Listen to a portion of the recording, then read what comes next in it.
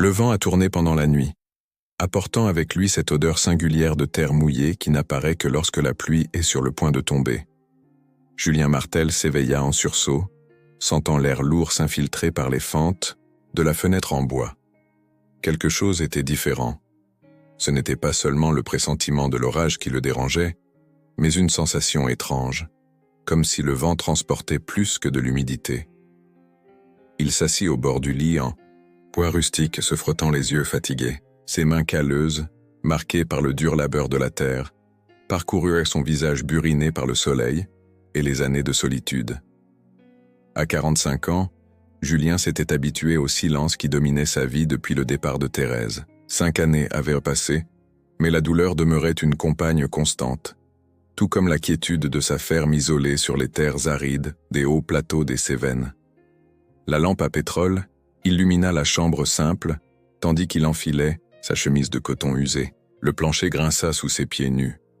Dehors, le ciel gardait encore ses étoiles, mais l'obscurité commençait déjà à céder la place aux premiers signes de l'aurore. C'est alors qu'il entendit un bruit presque imperceptible, comme un soupir lointain. Julien n'était pas un homme de peurs infondées. Vivant seul depuis si longtemps, il avait appris à distinguer les sons de la nature, les pas des animaux, le bruissement des feuilles sèches. Mais ce son-là était différent. Il était humain. Sans allumer d'autres lumières, il marcha jusqu'à la porte d'entrée. Le vieux bois protesta lorsqu'il tourna la poignée en fer rouillé. L'air froid de l'aube envahit la maison, et c'est alors qu'il la vit.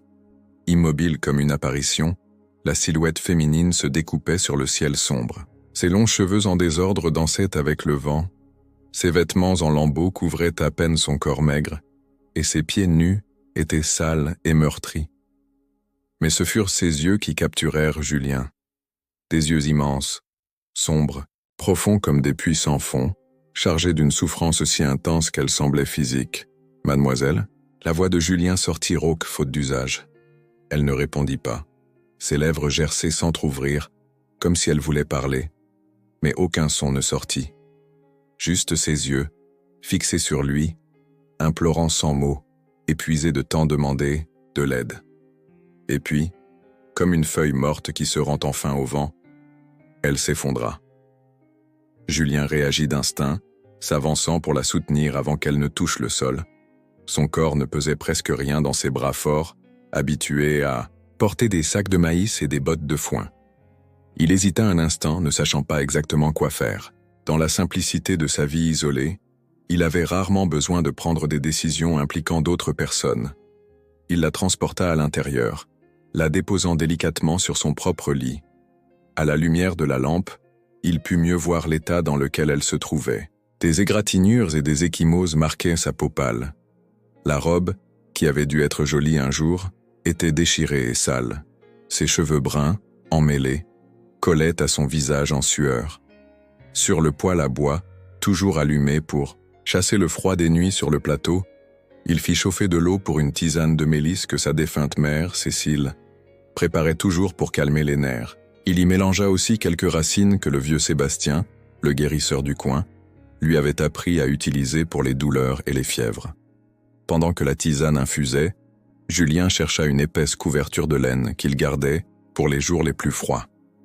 C'était l'un des rares biens qui restèrent du trousseau de Thérèse. Jamais il n'aurait imaginé qu'un jour, elle servirait à réchauffer une autre femme. Il retourna dans la chambre et trouva l'inconnu dans la même position, inconsciente, sa respiration faible mais régulière. Avec soin, il lui nettoya le visage avec un linge humide, enlevant la poussière du chemin. Il fit de même avec ses bras et ses mains blessées, essayant de ne pas la réveiller. Puis, il la couvrit avec la couverture et posa la tasse de tisane, fumante, sur la table de chevet. Il tira le vieux rocking-chair près du lit et s'assit, se préparant pour une longue veillée. Les questions s'accumulaient dans son esprit. Qui était-elle? D'où venait-elle? Qu'est-ce qui l'avait amenée jusqu'ici dans cet état? Mais Julien savait que certaines questions n'ont pas besoin d'être posées à voix haute. Le temps apporte les réponses quand il le faut.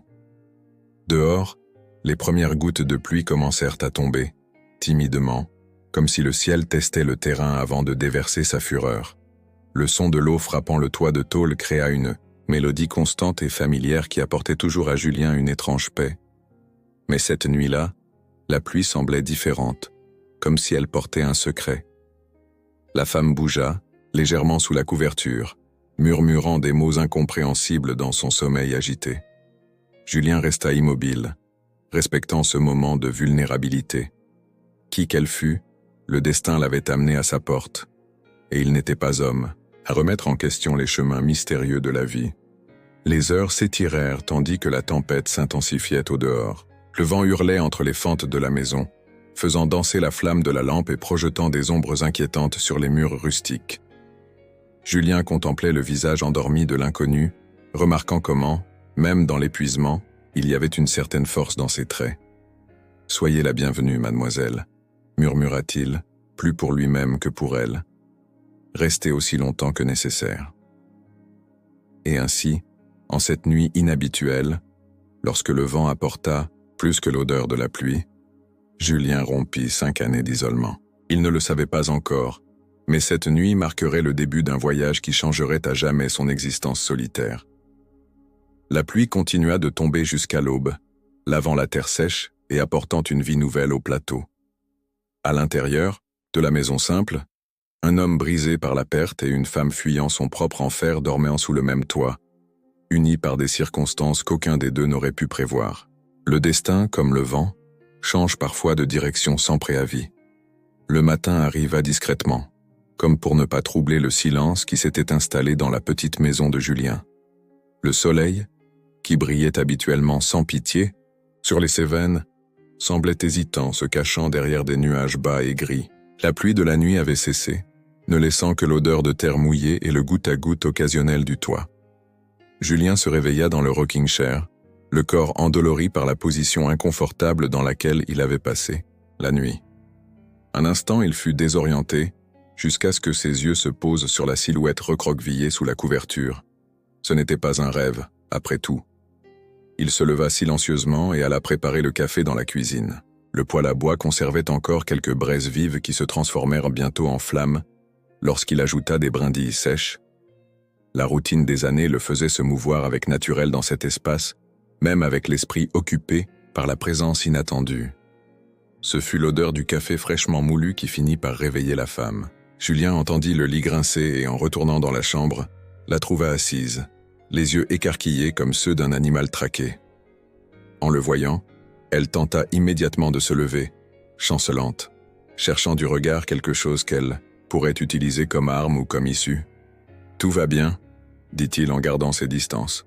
« Je ne vous ferai aucun mal. » Elle ne répondit pas, mais ses yeux, ces mêmes yeux intenses de la nuit précédente, l'étudiaient avec un mélange de peur et de méfiance. Julien remarqua qu'elle tremblait, malgré la chaleur qui commençait déjà à se répandre dans la maison. « Il y a du café frais et un peu de pain d'hier », continua-t-il, désignant la table de la cuisine où il avait posé une assiette, simple avec du pain de maïs, un morceau de fromage de chèvre et une tasse fumante. « Vous pouvez manger quand vous voudrez. » La femme resta immobile, comme si elle évaluait si c'était un piège. Julien perçut son dilemme et décida de lui laisser de l'espace. « Je dois m'occuper des bêtes », expliqua-t-il en attrapant son chapeau de paille usé. « Vous pouvez rester ici jusqu'à ce que vous vous sentiez en sécurité. La maison n'est pas grande, mais on peut y tenir à deux sans se serrer. » Sur ces mots, il sortit dans la cour, la laissant seule. Il travailla plus lentement que d'habitude ce matin-là, lui donnant le temps de s'acclimater. Il nourrit les poules, emmena les 2 chevaux paître dans le petit pré derrière la grange, et tira le lait de la vieille vache tachetée, Mimosa, compagne silencieuse de tant d'années. Quand il revint, près d'1 heure plus tard, il trouva la cuisine vide, mais remarqua que le pain et le fromage avaient été consommés. La tasse, encore à moitié pleine, était au même endroit. Un bon signe, pensa-t-il. Il la trouva dans la chambre, debout près de la fenêtre, observant l'horizon avec des yeux lointains.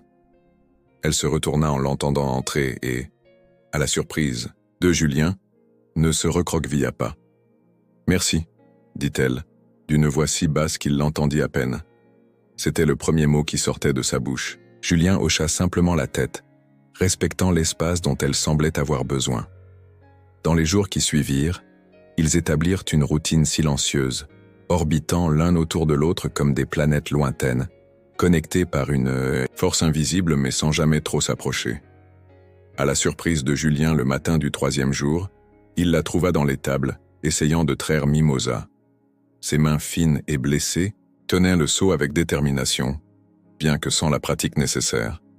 La vieille robe qu'il lui avait prêtée, l'un des rares effets qu'il avait gardés de Thérèse, était retroussée aux manches pour ne pas gêner le travail. « Comme ça, vous n'obtiendrez rien d'autre qu'un coup de sabot », dit-il en s'approchant lentement.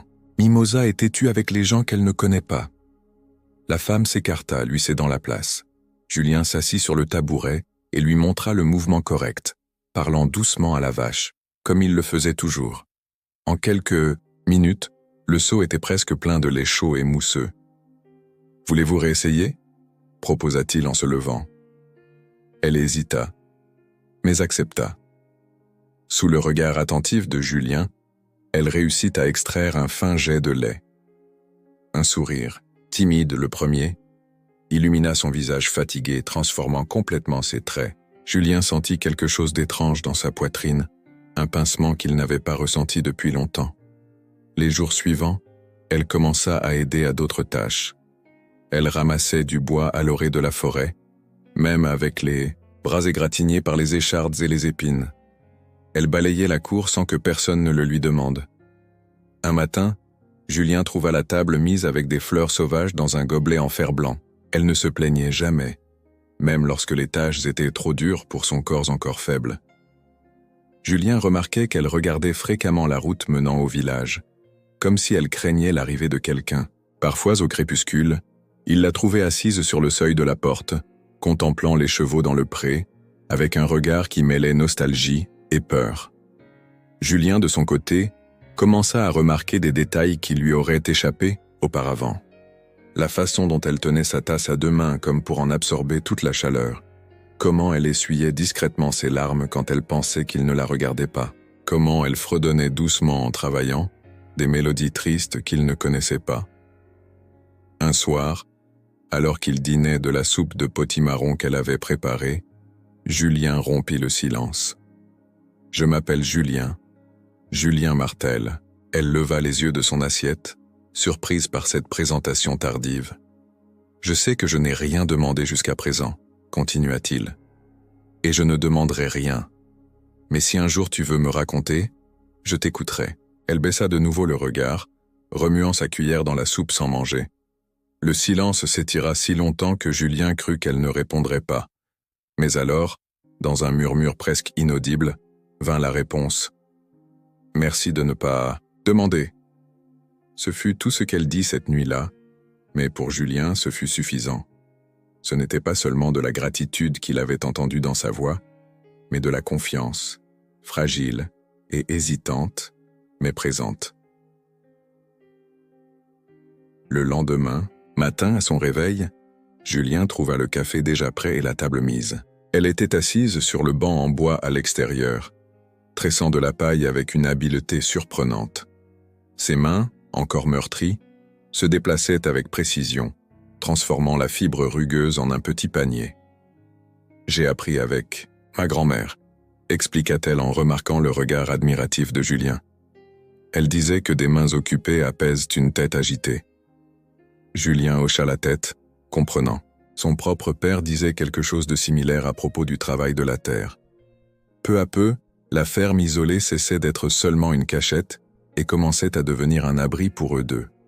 Les murs de bois, qui avaient si longtemps résonné de la seule solitude de Julien, témoignaient maintenant de la naissance de quelque chose de nouveau et d'indéfinissable.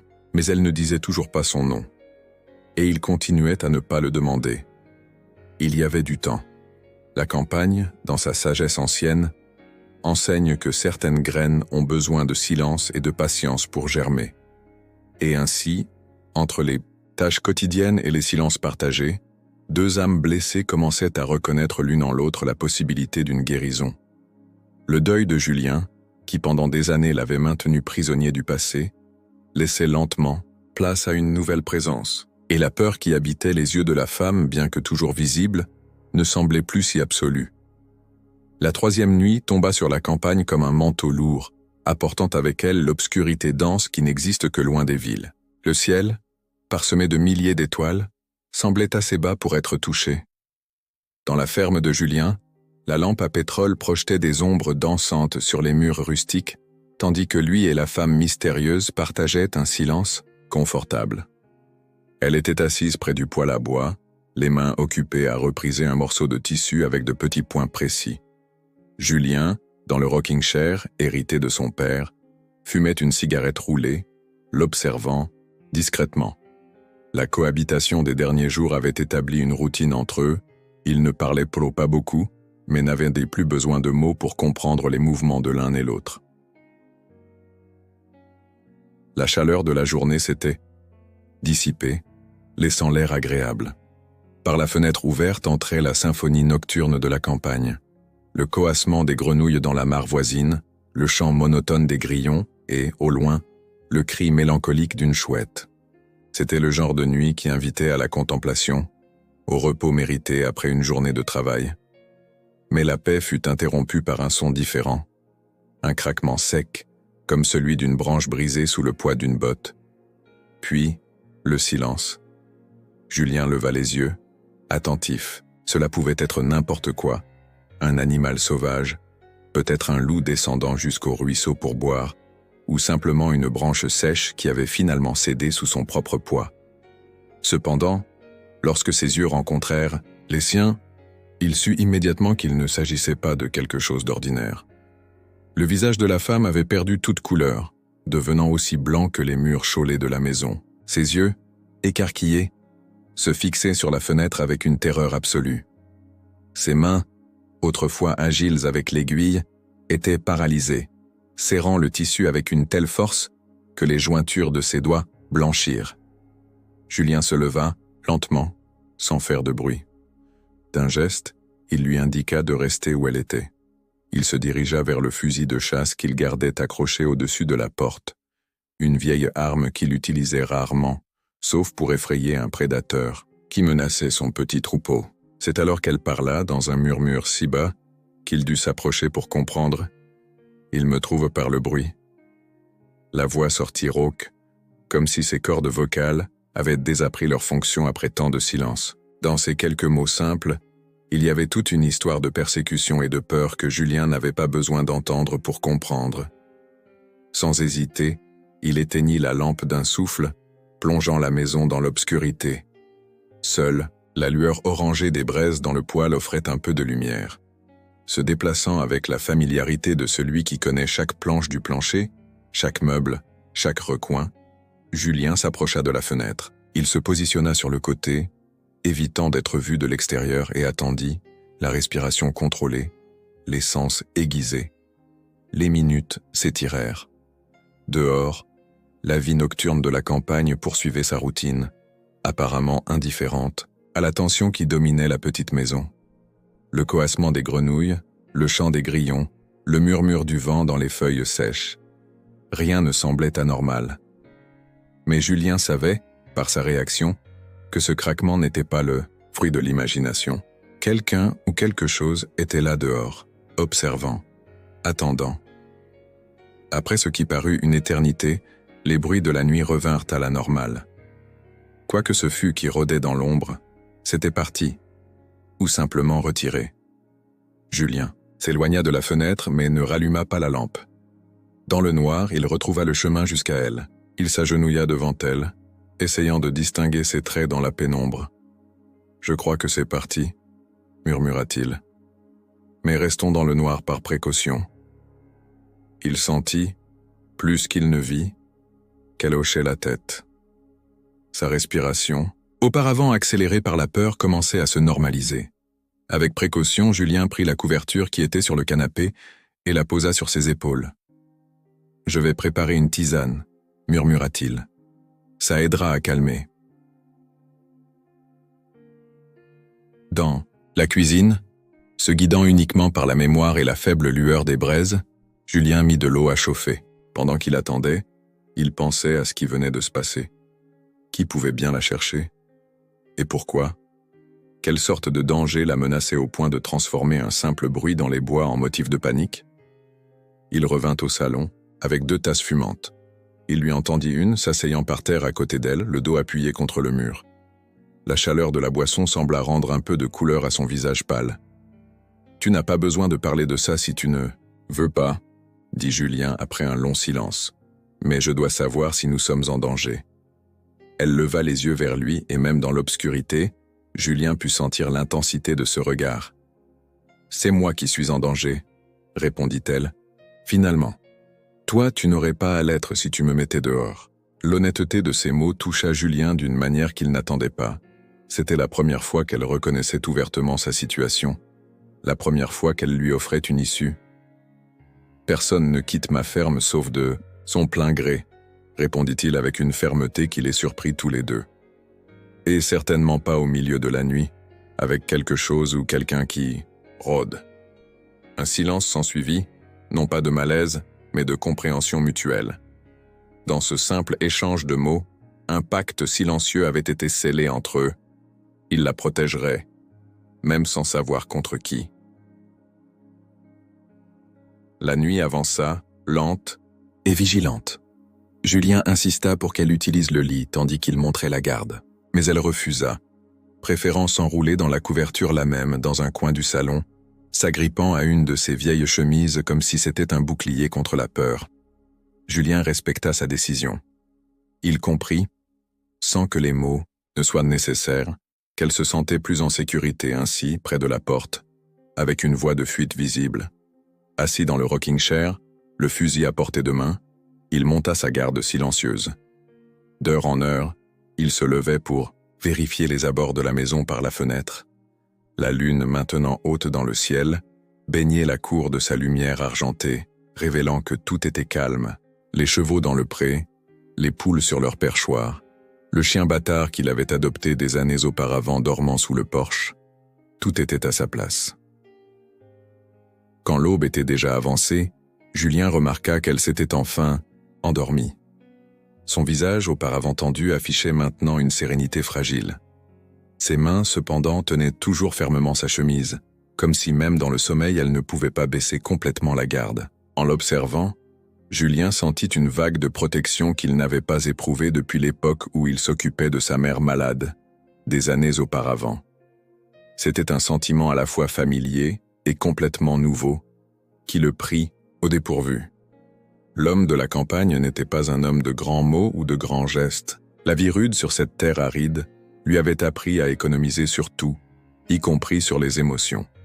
Mais à ce moment-là, en regardant la femme endormie, il fit une promesse silencieuse. Tant qu'elle serait sous son toit, rien ni personne ne lui ferait de mal. Les premières lueurs de l'aurore commencèrent à s'infiltrer par la fenêtre, annonçant un nouveau jour. Le danger, réel ou imaginaire, était passé. Mais Julien savait, avec la certitude qui vient de l'expérience de celui qui a déjà affronté de nombreuses tempêtes, que ce ne serait pas la dernière nuit de veille. Dehors, la campagne se réveillait lentement. Le coq annonça l'aube de son chant strident.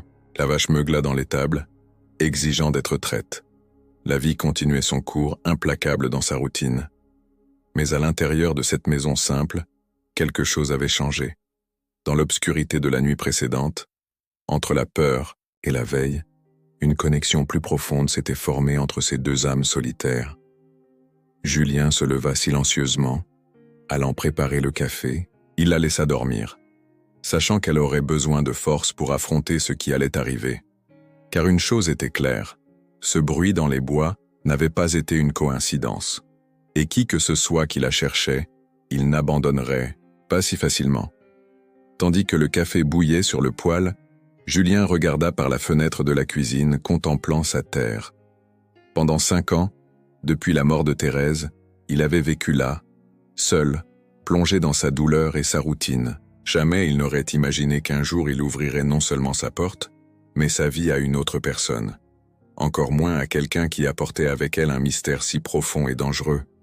Mais la vie à la campagne est ainsi, imprévisible, comme la pluie qui arrive après des mois de sécheresse, transformant tout sur son passage.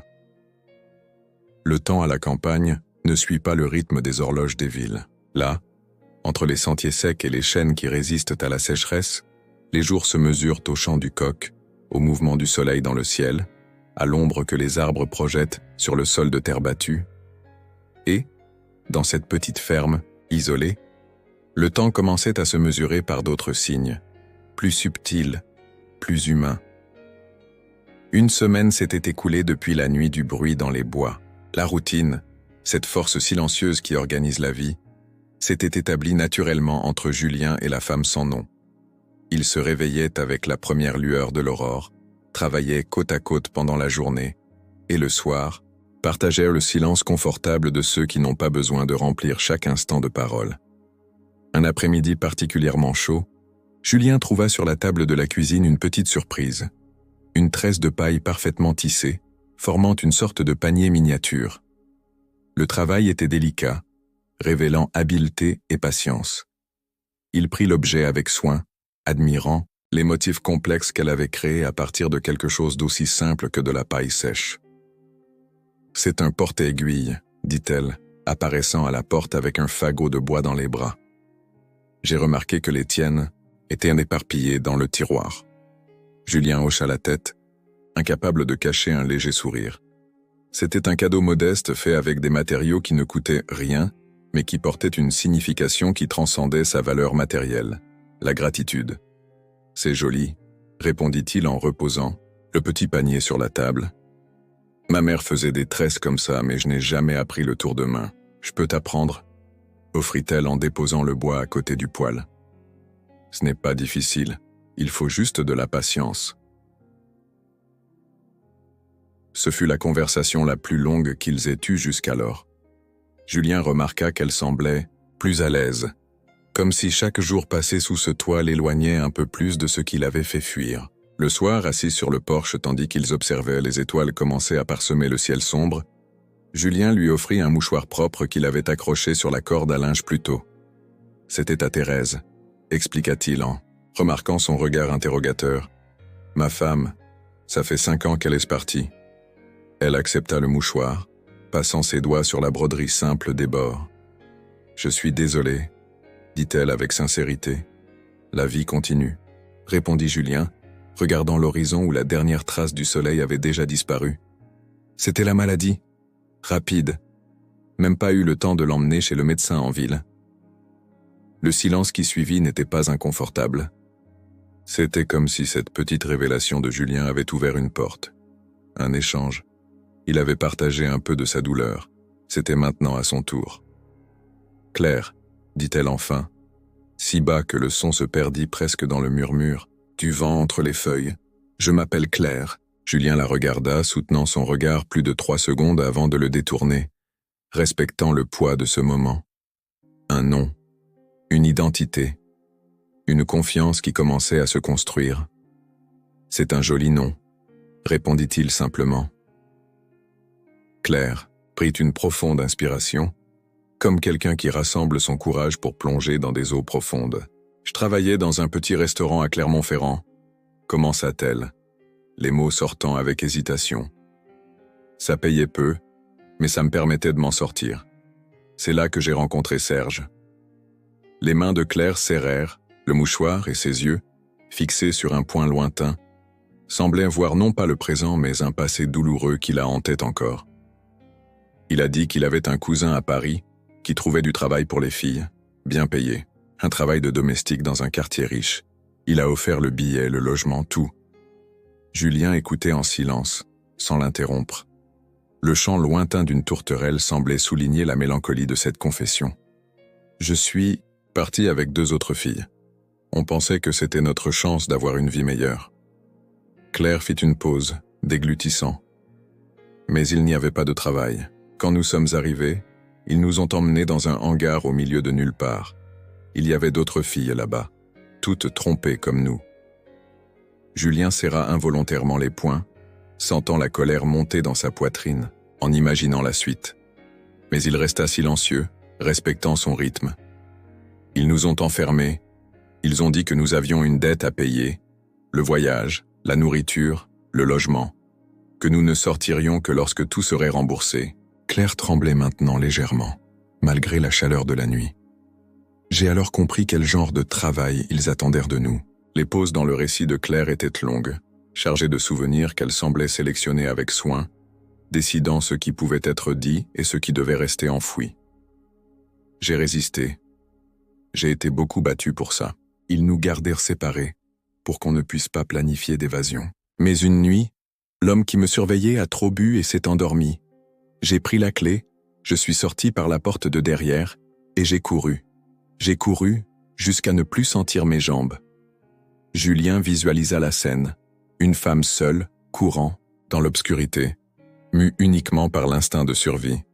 Combien de jours avait-elle erré avant d'arriver à sa porte? Combien de nuits avait-elle dormi à la belle étoile, craignant de demander de l'aide et d'être renvoyée dans cet enfer? Pendant 3 jours, j'ai marché sans but. Je me cachais le jour, je marchais la nuit. Je buvais l'eau des ruisseaux, je mangeais ce que je trouvais. Quand mes forces m'ont abandonné, j'ai vu la lumière de ta maison. J'ai cru que c'était un mirage. Claire regarda enfin directement Julien, ses yeux humides reflétant les premières étoiles de la nuit. Je ne sais pas pourquoi je t'ai fait confiance. Peut-être que je n'avais pas le choix. Ou peut-être... Elle hésita. Peut-être que j'ai vu quelque chose dans tes yeux. Quelque chose de différent des hommes que j'ai connus. Julien sentit le poids de cette confiance, la responsabilité qui en découlait. Un instant, ils restèrent en silence, seul le chant des grillons remplissant la nuit. « Il me cherche », continua Claire, la voix maintenant plus ferme. « Pas pour moi, mais pour ce que je représente. Une marchandise qui s'est enfuie, une perte. Et pour servir d'exemple aux autres. » Julien se leva, regardant l'horizon sombre, comme s'il pouvait voir au-delà de la nuit, au-delà des collines qui entouraient son petit lopin de terre. Quand il reprit la parole, sa voix avait une détermination qui le surprit lui-même. « Tant que je respirerai, personne ne te touchera plus. » Simple comme ça, sans grands serments, sans promesses élaborées, juste la vérité brute d'un homme de la terre, qui connaissait la valeur de sa parole. Claire pleura alors, mais d'une manière différente des autres fois. Sans bruit, comme toujours, mais sans cacher son visage. Les larmes coulèrent librement, sur ses joues, lavant non seulement la douleur récente, mais des années de méfiance et de peur. Le lendemain matin, le soleil n'était pas encore levé, que Julien trouva Claire déjà debout, vêtue de vêtements de travail, tenant une houe. « Tu m'apprends » demanda-t-elle, avec une nouvelle détermination dans le regard. Et ainsi, côte à côte, ils allèrent au champ. Le travail était dur. La terre sèche résistait au métal de la houe, le soleil tapait sans pitié. Mais, pour la première fois depuis son arrivée dans cette ferme, Claire semblait avoir un sol ferme sous ses pieds. 6 jours passèrent depuis la nuit où Claire avait révélé son nom et son histoire. La ferme, qui n'était auparavant qu'un point isolé dans les Cévennes, semblait maintenant vibrer d'une énergie différente. Les poules pépiaient avec plus de vigueur, les plantes du petit potager semblaient de plus vertes, et même Mimosa, la vieille vache tachetée, produisait un lait plus crémeux. Julien, qui pendant tant d'années avait vécu enveloppé dans un cocon de silence et de deuil, percevait les changements non seulement autour de lui, mais en lui. Il s'était remis à siffloter en travaillant, une habitude qu'il avait abandonnée depuis la mort de Thérèse. Le soir, avant de s'endormir, il se surprenait à penser non pas au passé qu'il avait perdu, mais au présent inattendu qu'il avait gagné. Claire, de son côté, s'épanouissait chaque jour. Les marques violettes sur sa peau avaient disparu, remplacées par le hâle doré que le soleil de la campagne imprime à ceux qui travaillent en plein air. Ses mains, autrefois si fragiles, arboraient maintenant des callosités de celle qui ne craint pas le travail acharné. Et ses yeux, ces mêmes yeux qui imploraient de l'aide la nuit de son arrivée, brillaient maintenant d'une détermination tranquille. Un matin particulièrement chaud, Julien trouva Claire agenouillée près de la clôture qui entourait la maison, creusant de petits trous dans la terre. « Qu'est-ce que tu plantes » demanda-t-il en s'approchant. « Des œillets » répondit-elle en lui montrant les petites graines dans sa paume. « Je les ai trouvées au fond de l'armoire du garde-manger, dans une vieille enveloppe. » Julien reconnut le sachet. Thérèse adorait les fleurs, surtout les œillets rouges. Elle avait gardé ses graines pour les planter au printemps suivant, mais elle n'avait pas vécu pour les voir fleurir. Et lui, plongé dans sa douleur, n'avait pas eu le courage d'y toucher. C'était celle de Thérèse, dit-il en s'agenouillant à côté de Claire. Elle disait qu'une maison sans fleurs est comme un ciel sans étoiles.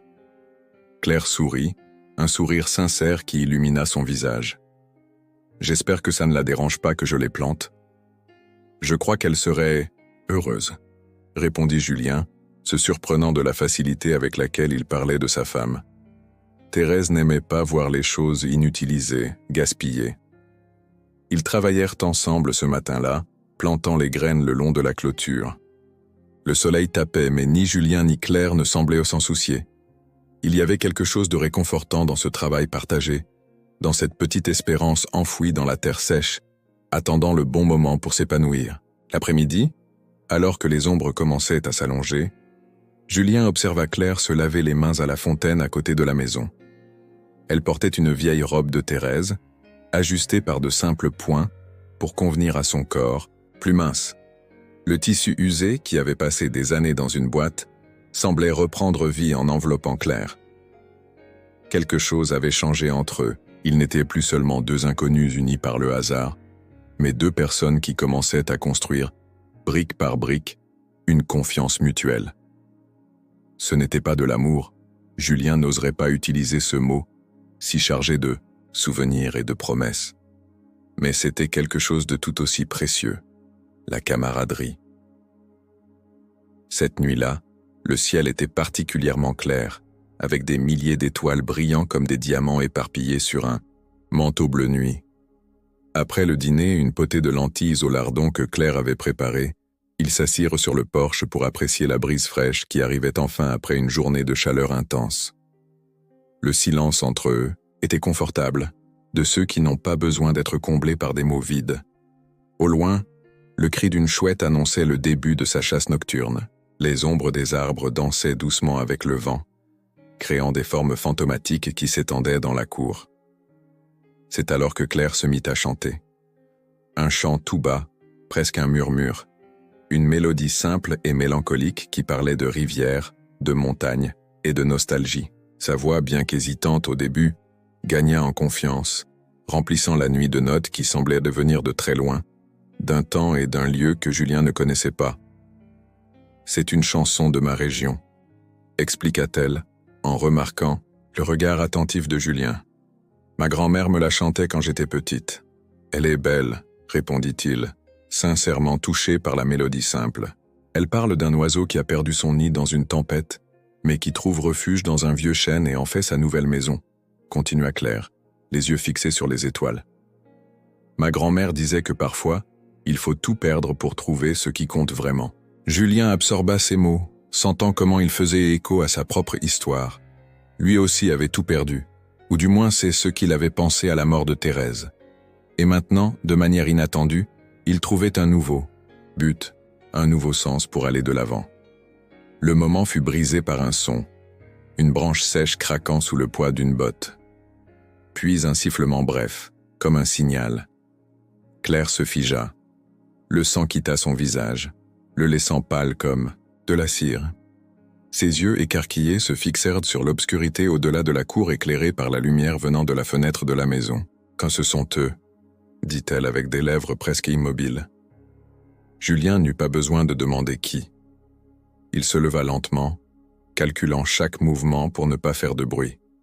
D'un geste, il indiqua à Claire de le suivre.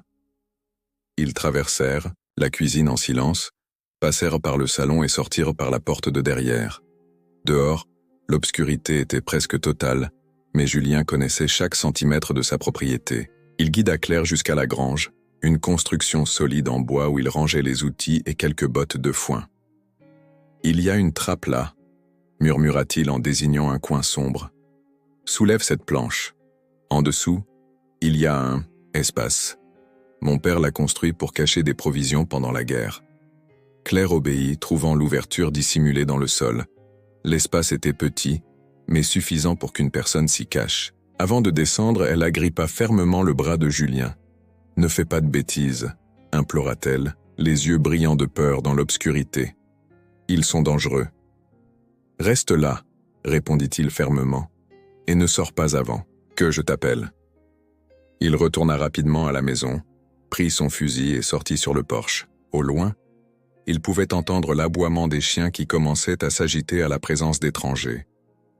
Il attendit, l'arme appuyée sur son bras, le cœur battant fort, mais les mains fermes. Les silhouettes ne tardèrent pas à apparaître sur la route menant à la ferme. 3 hommes, montés sur des chevaux fatigués. À mesure qu'ils s'approchaient, Julien pouvait distinguer leurs traits à la lumière de la lune, des visages durs, tannés par le soleil et par le genre de vie qu'ils menaient. L'un d'eux, apparemment le chef, s'avança, arrêtant son cheval à quelques mètres du porche. Il avait une moustache épaisse et une cicatrice qui lui barrait le sourcil gauche. « Bonsoir, l'ami », salua-t-il, avec une cordialité qui n'atteignait pas ses yeux froids. « Désolé de déranger à cette heure. » Julien ne répondit pas immédiatement, observant simplement les 3 hommes avec attention, évaluant le danger qu'ils représentaient. « On cherche une fille », continua l'homme, face au silence de Julien. « Elle a disparu depuis des jours. Elle pourrait être dans le coin. »« Quelle fille ?» demanda Julien, la voix contrôlée. « Une jeune fille, maigrichonne, cheveux sombres. Elle a fugué de chez elle, la famille est inquiète. » L'homme sourit, révélant une dent en or. « Nous sommes des amis, on veut juste la ramener. » Julien reconnaissait les mensonges quand il les entendait. Il avait vécu assez longtemps pour savoir que la vérité a un son différent, plus net. « Je n'ai vu personne comme ça, » répondit-il en soutenant le regard de l'étranger. « Ici, il n'y a que ce qui est à moi. Et je ne vends rien. » L'homme à la moustache plissa les yeux, étudiant Julien. Puis il échangea des regards avec ses compagnons. « Si vous la voyez, prévenez-nous au village. Il y a une récompense, » dit-il finalement. Julien hocha simplement la tête sans s'engager. Les 3 hommes restèrent immobiles quelques instants de plus, comme s'ils décidaient s'il valait la peine d'insister. Finalement, le chef fit un signe de tête, et ils firent demi-tour, disparaissant dans l'obscurité aussi silencieusement qu'ils étaient apparus. Julien attendit que le son des sabots se perde au loin pour baisser son arme. C'est alors seulement qu'il réalisa que son dos était trempé de sueur froide. Il entra dans la maison, vérifia chaque pièce pour s'assurer qu'il était en sécurité, et seulement alors se rendit à la grange. « Claire », appela-t-il doucement, en soulevant la planche de la trappe. « Tu peux sortir, ils sont partis. » Claire émergea lentement de sa cachette, les yeux encore écarquillés de peur. Julien lui tendit la main pour l'aider à monter, et elle l'accepta, la serrant fort. « Tu as entendu ?» demanda-t-elle, la voix tremblante. « J'ai entendu », confirma Julien. Et ils ont entendu ce qu'ils avaient besoin d'entendre. De retour à la maison, Claire s'assit à la table de la cuisine, les mains tremblant, encore légèrement. Julien prépara une forte tisane de mélisse y ajoutant une dose généreuse d'eau de vie pour calmer les nerfs. « Tu crois qu'ils vont revenir ?» demanda-t-elle après un long silence. « Peut-être, » répondit Julien, honnêtement, « mais nous serons prêts. » Cette nuit-là, pour la première fois depuis son arrivée, Claire ne dormit pas sur le matelas improvisé dans le salon. En silence, elle apporta son oreiller et sa couverture dans la chambre de Julien et s'allongea à côté de lui, gardant une distance respectueuse mais claire dans son intention, être près de celui qui la protégeait. Les jours qui suivirent la visite nocturne furent marqués par une vigilance constante. Julien renforça les verrous des portes et des fenêtres, garda le fusil toujours chargé et à portée de main, et apprit à Claire à utiliser le vieux revolver qui avait appartenu à son père. Non pas qu'il crût qu'elle aurait besoin de l'utiliser, il ferait tout pour l'éviter, mais il y avait un réconfort mutuel à savoir qu'elle pourrait se défendre si nécessaire. Claire, de son côté, semblait déterminée à ne pas se laisser consumer par la peur. Elle continuait ses tâches quotidiennes, bien que ses yeux cherchent fréquemment la route menant à la propriété, vérifiant s'il y avait du mouvement. La nuit, elle dormait dans la chambre de Julien, les deux séparés par une distance respectueuse, unis seulement par la sécurité que leur proximité procurait. C'est par un matin au ciel exceptionnellement bleu que l'inattendu se produisit. Julien était dans l'écurie, brossant l'un des chevaux, quand il entendit le bruit distinct de roues sur le chemin de terre. Ce n'étaient pas les sabots des chevaux des hommes qui étaient venus, mais le bruit inimitable d'une automobile, un son rare dans ces contrées isolées. Il lâcha la brosse, prit le fusil qu'il gardait appuyé contre le mur et sortit rapidement. Il trouva Claire arrêtée à la porte de la cuisine, le visage tendu, les mains serrant le manche d'un couteau. « Reste à l'intérieur », ordonna-t-il en passant devant elle. « Si tu entends le moindre problème, sors par derrière et cours dans les bois. » Il se posta sur le porche, l'arme prête et attendit. Bientôt, une Jeep verte et poussiéreuse apparut au détour de la route, avançant lentement sur le terrain, accidenté. Julien reconnut le véhicule avant même de voir qui le conduisait. C'était la voiture de la gendarmerie du village de Saint-Martin-des-Causses, à 30 km de là. Le soulagement qu'il ressentit fut momentané. Le commissaire, Durand, était peut-être une vieille connaissance, mais cela ne signifiait pas que sa visite était nécessairement une bonne nouvelle. La Jeep s'arrêta dans la cour, soulevant un petit nuage de poussière rousse. Le commissaire Durand, un homme d'âge mûr aux cheveux grisonnants et à la moustache bien taillée, descendit avec la familiarité de celui qui était déjà venu. À côté de lui, une jeune femme en tailleur gris et à l'expression sérieuse sortit également du véhicule. Julien, salua le commissaire en retirant son chapeau. Désolé d'arriver sans prévenir.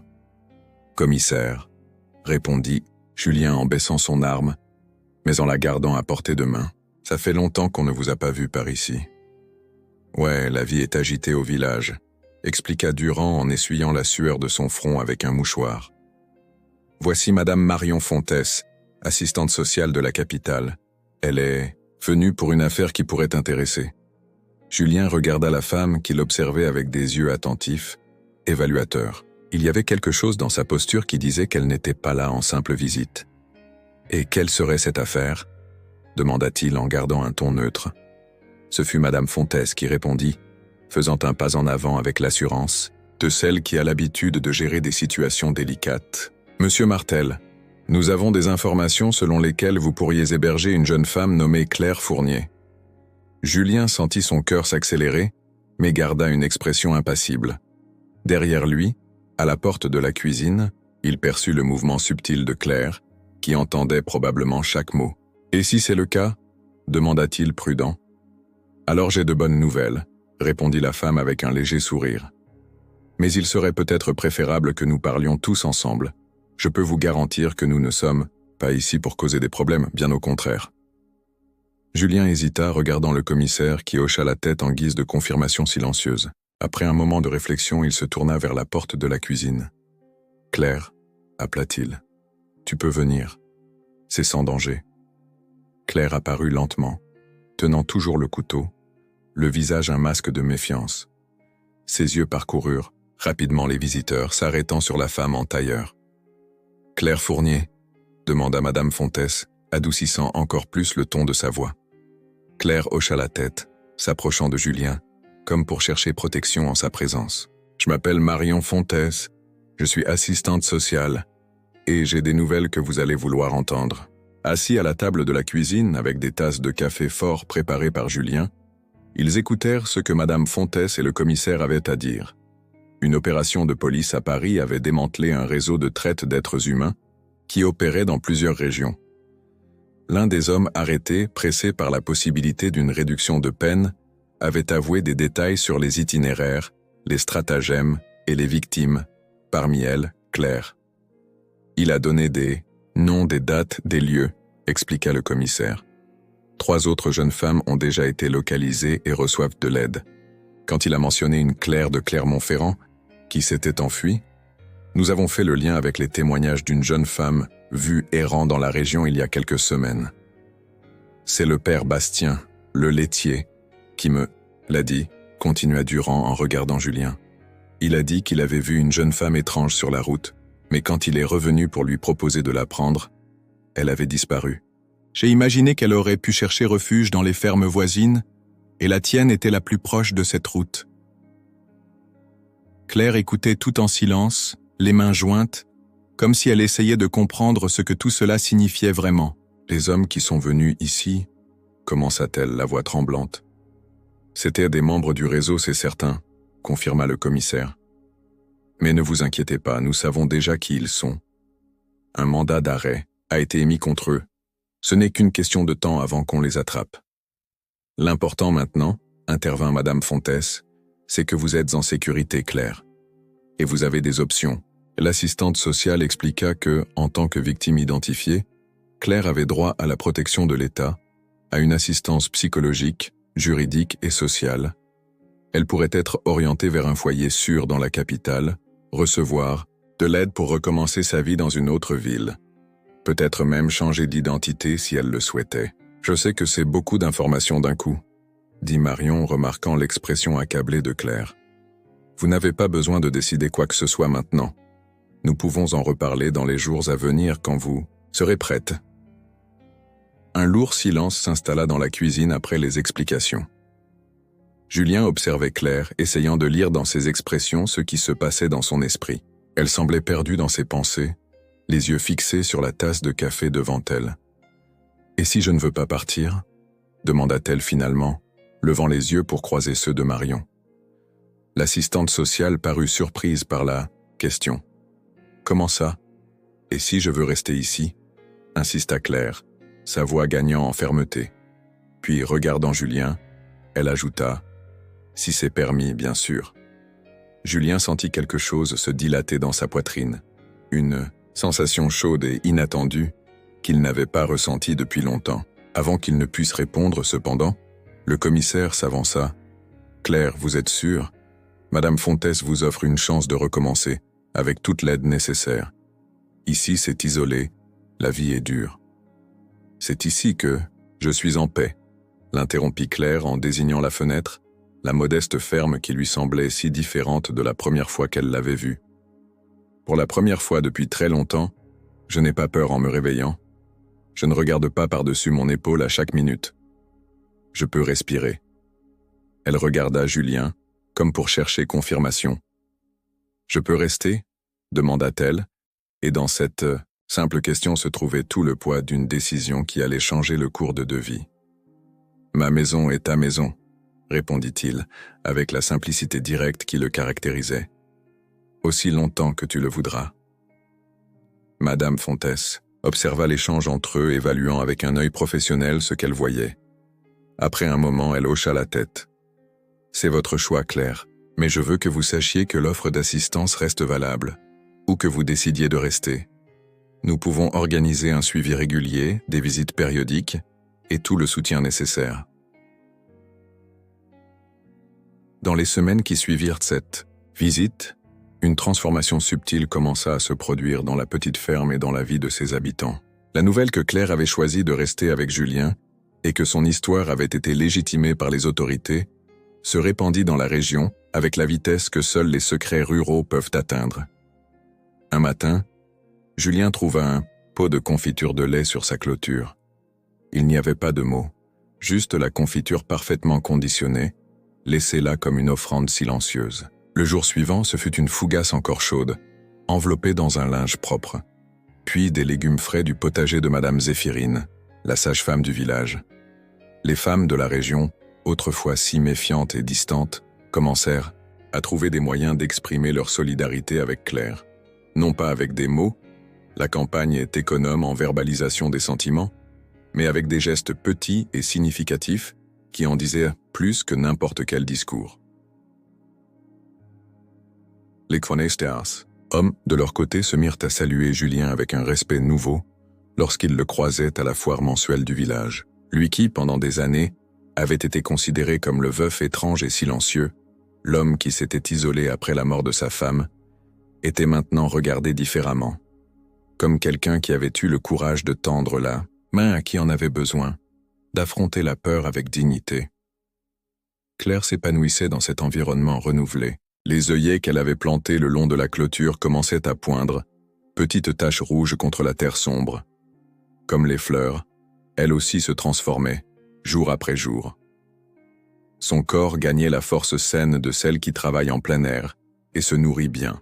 Son visage avait perdu la pâleur de la peur, remplacé par la rougeur saine de la vie qui pulse sans entrave. Un après-midi particulièrement beau, alors que le soleil entamait sa descente à l'horizon, peignant le ciel de tons orangés et rosés, Julien et Claire s'assirent à l'ombre du jeune chêne qu'elle avait planté des semaines auparavant. L'arbre, encore jeune, montrait déjà des signes qu'il serait un jour majestueux. « Crois-tu qu'il deviendra fort » demanda Claire, regardant vers le haut, où les branches encore fragiles se détachaient sur le ciel coloré. Il le deviendra, répondit Julien, avec la conviction de celui qui connaît la terre et ses cycles. Il a de bonnes racines. Ils restèrent en silence, partageant ce moment de contemplation. Claire tendit la main, touchant légèrement celle de Julien, qui reposait sur le banc rustique. Ses doigts, calleux par le travail quotidien, rencontrèrent les siens, également marqués par la vie au champ. « Je te remercie de ne m'avoir rien demandé, » dit Claire, brisant le silence. « Tu as tout entendu, même dans le silence. » Julien regarda leurs mains jointes, sentant la chaleur de ce simple contact se répandre dans son corps comme une douce vague. « C'est que le silence dit plus de vérité que bien des mots, » répondit-il, avec la sagesse de ceux qui ont appris à écouter ce qui n'est pas dit. Le ciel, à ce moment-là, semblait plus proche de la terre, comme si les limites entre le terrestre et le divin devenaient plus ténues. Et là, sous le jeune chêne qui un jour donnerait une ombre généreuse, deux âmes marquées par des pertes différentes trouvaient enfin ce qu'elles avaient peut-être toujours cherché. Un lieu d'appartenance.